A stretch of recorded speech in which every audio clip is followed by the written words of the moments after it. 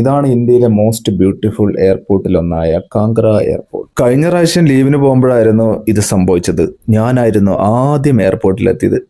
ആകെ ഒരു CIF കാരൻ മാത്രമേ ഉണ്ടായിരുന്നുള്ളൂ. ഞാൻ വന്ന ശേഷമായിരുന്നു എല്ലാ സ്റ്റാഫുകൾ തന്നെ വന്നു തുടങ്ങിയത്. ഓരോ വട്ടം നാട്ടിൽ പോകുമ്പോഴും ഈ എയർപോർട്ടിന്റെ ഭംഗി ഓരോ രീതിയിലാണ്. വിന്റർ ടൈമിലാണെങ്കിൽ ഇപ്പൊ കാണുന്ന മൗണ്ടൻ മൊത്തം സ്നോയൊക്കെ ആയിട്ട് നല്ല ഭംഗിയാണ്.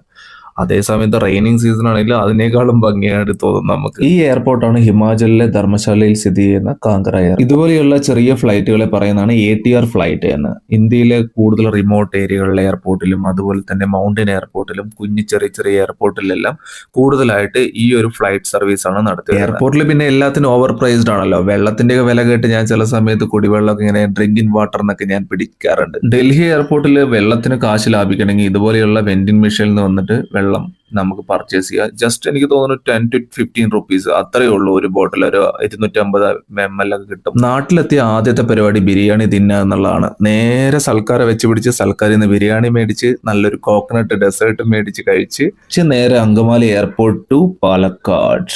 അങ്ങനെ എന്റെ നാടായ പാലക്കാട് എത്തി. ഞാൻ നൈറ്റായി എത്തുമ്പോഴേ